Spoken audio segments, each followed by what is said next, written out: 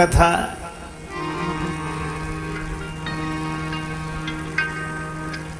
कैसे प्रकट हुई।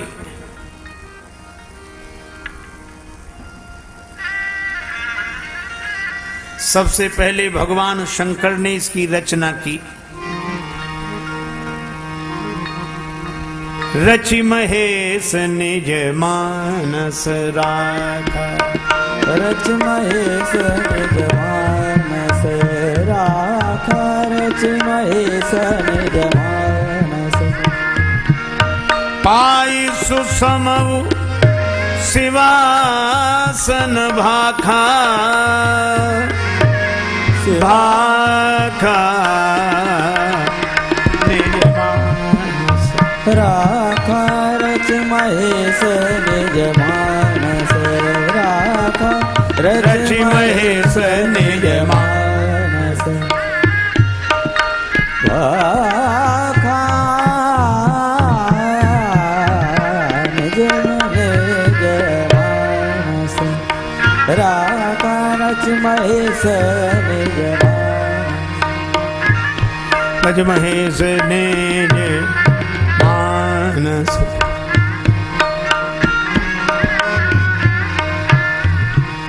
मानस निज मानस, मानस निज मानस, मानस निज मानस। भगवान शंकर ने सबसे पहले श्री राम कथा की रचना की, अपने हृदय में छिपा के रख ली। क्यों? क्योंकि भगवान शंकर मानते हैं कि राम कथा के सभी अधिकारी नहीं हैं। यह न कहिए सठही हटसीलही, जो मन लाए न सुन हर लीलही। कहिए न लोभी क्रोधी कामी, जो न भजई सचराचर स्वामी।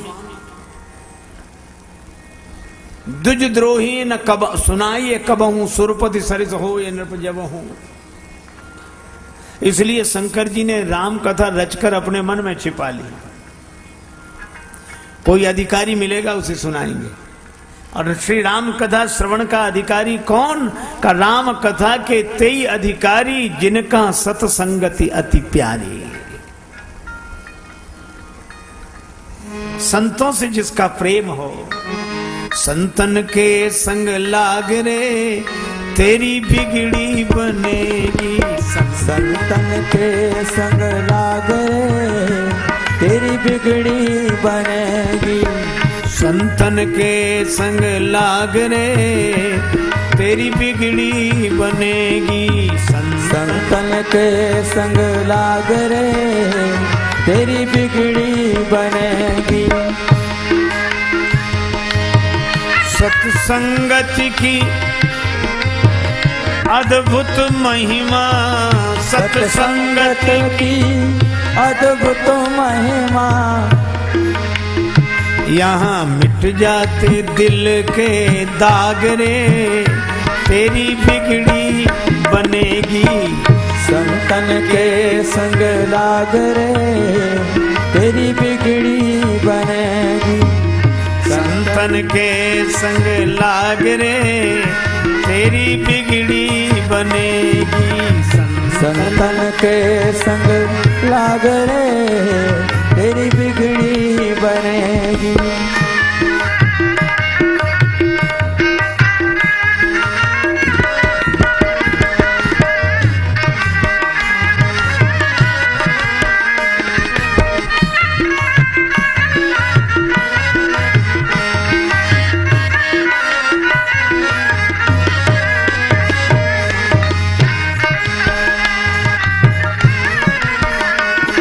तेरी बिगड़ी बनेगी। संतन के संग लाग रे, तेरी बिगड़ी बनेगी। साधु ते होए न कारज हानि। और जो जिसे सत्संग प्रिय लगता है, साधुओं का संग प्रिय लगता है, वही श्री राम कथा श्रवण का अधिकारी है। एक महात्मा नाम श्री माधव दास जी महाराज वृंदावन में विराजते थे, पर एक बार श्री जगन्नाथपुरी में गए श्री जगन्नाथ जी के दर्शन के लिए। पुरी में रहते रोज भिक्षा करने जाते हैं। साधुओं की प्रवृत्ति भिक्षा। एक बुढ़िया के दरवाजे जाएं तो बुढ़िया भिक्षा तो कुछ नहीं देती, गालियां देती। और श्री माधव दास जी उसके यहां रोज जाते। किसी ने कहा बाबा वहां क्यों जाते, वह तो कुछ देती नहीं, गालियां देती है। श्री माधव दास जी ने कहा कि जो कोई नहीं देता वो देती, कुछ तो देती है। एक दिन सदा की तरह भिक्षा मांगने गए। वह गालियां देने वाली बुढ़िया आज ज्यादा क्रोध में थी। कपड़े के पोते से घर की पुताई कर रही थी। इतने में बाबा दिखाई पड़े, मैया भिक्षा मिले। उसने गालियां देते हुए कपड़े का पोता ही फेंक कर मारा, महात्मा की छाती में लगा।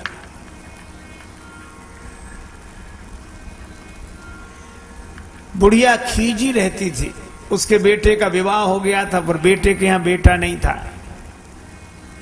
तो उसने माधव दास जी को कपड़े का पोता फेंक कर मारा, छाती में लगा।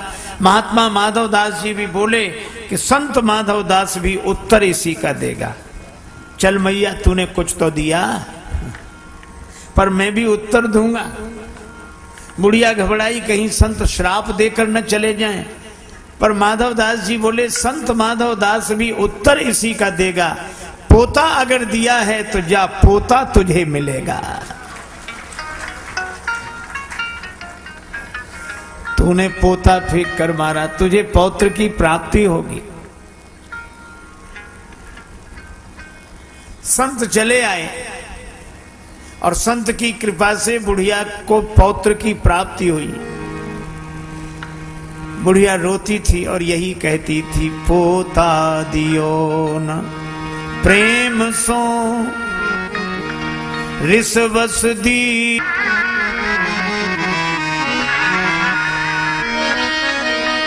जो मैं से संत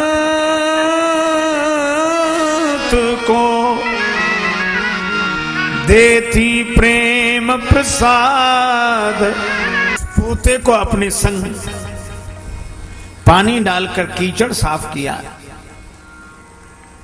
शुद्ध किया, फाड़कर बत्तियां बनाई, घी में डाल दिया और फिर उन बत्तियों का दिया जलाया मंदिर में।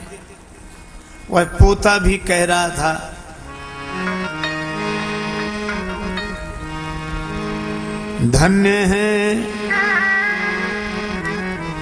धन्य है सत्पुरुषों का संग, बदल देते जीवन का रंग का रंग। धन्य है सत्पुरुषों का संग, बदल देते जीवन का रंग। पोता में रोता था पड़ा, जहाँ रक्त अरूपी, मरते थे लाखों जीव। ओ मरते थे लाखों जीव, मरते थे लाखों जीव। आ गया था जीवन से तंग, धन्य है सत्पुरुषों का संग। आ गया जीवन से तंग, धन्य है सत्पुरुषों का संग। बदल देता जीवन का रंग, धन्य सत्पुरुषों का संग। बदल देता जीवन का ढंग, धन्य है सत्पुरुषों का संग।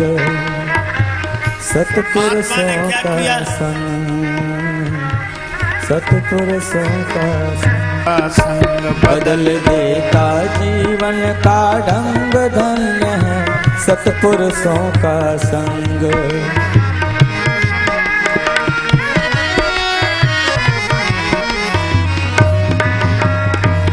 झूला ओ गरुड़ कर गुणगात, देते हैं मेरे मेरे प्रकाश में देते हैं, मेरे प्रकाश में दर्शन दीनानाथ धन्य है।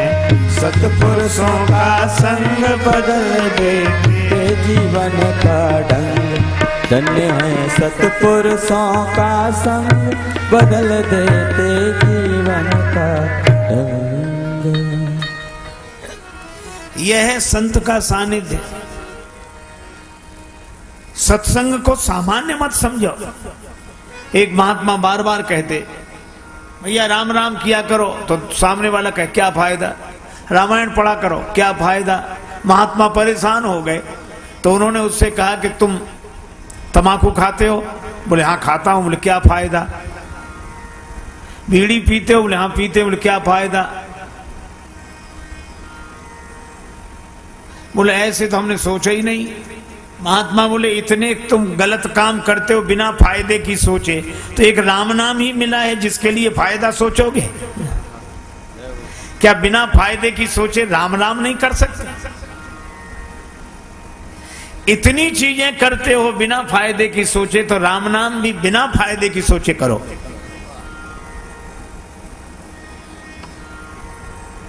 बोला एक बार बोलूंगा। महात्मा बोले बस एक बार। वह बोला राम, महात्मा बोले बन गया काम। बस एक मेरी बात और सुन ले। क्या? इस नाम के बदले में कोई कुछ मांगने के लिए कहे तो मांगना मत। कह देना नाम के बदले में जो मिलता हो वो मुझे दे दो, ठीक है? महात्मा ले आए उसे कि इसका काम बन गया, इसे जो करना हो करने दो। परिवार वालों ने कहा ठीक है।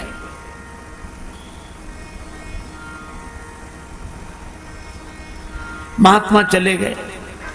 वो अपने घर रहने लगा, मनमाने काम करने लगा। लेकिन एक दिन जब वो मरा तो लोग गए कि ये मर गया मर गया। यमदूत उसे यमलोक ले गए, यमराज के सामने। यमदूतों ने हिसाब सुनाया कि इसने जीवन भर गलत काम किए हैं, एक बार एक महात्मा के कहने से राम कहा है बस। यमराज बोले तो इससे पूछ लो ये राम नाम के बदले में क्या चाहता है। यमदूतों ने कहा क्या चाहते हो? यमराज पूछवा रहे राम नाम के बदले में। उसे महात्मा की बात याद आ गई। वो कहने लगा मुझे तो कुछ नहीं चाहिए, नाम के बदले में जो मिलता हो सो दे दो। अब यमराज के यहां राम नाम का हिसाब थोड़ा ही है। चलो ब्रह्मा जी से पूछते हैं। उस व्यक्ति को लेकर ब्रह्मा जी के यहां गए। ब्रह्मा जी से पूछा कि राम नाम एक बार कोई ले तो उसका महत्व क्या है, फल क्या है? ब्रह्मा जी बोले हमें पता नहीं, हम तो वेद मंत्रों का उच्चारण करते रहते हैं, आनंद में रहते हैं। तो फिर का राम नाम भगवान शंकर लेते हैं, उनसे ही पूछो। तो उस व्यक्ति को लेकर ब्रह्मा जी यमराज शंकर जी के पास गए। शंकर जी से कहा कि आप दिन रात राम राम करते हैं, तुम पुनि राम राम दिन राती, तुम पुनि राम राम दिन राती, तुम पुनि राम राम दिन राती। सादर जपऊ अनंग अराती,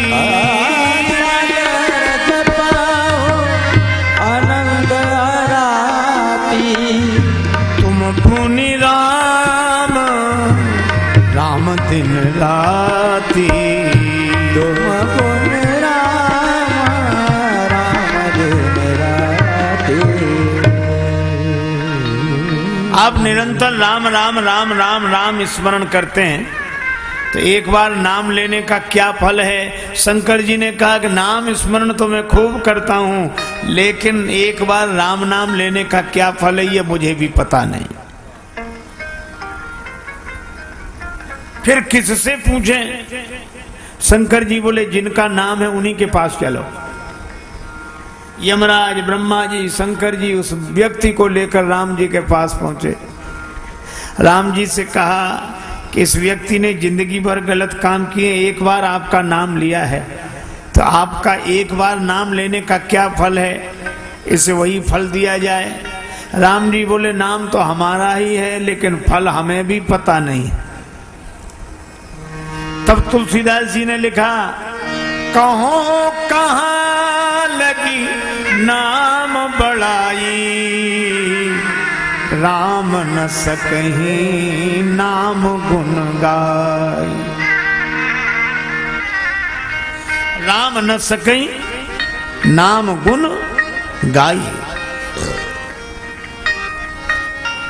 पर इसने एक बार नाम लिया है तो ये मेरे पास आ गया, अब इसको मेरे ही पास छोड़ दो, तुम लोग जाओ। वह राम जी के पास रह गया। यह है संत की महिमा। इसीलिए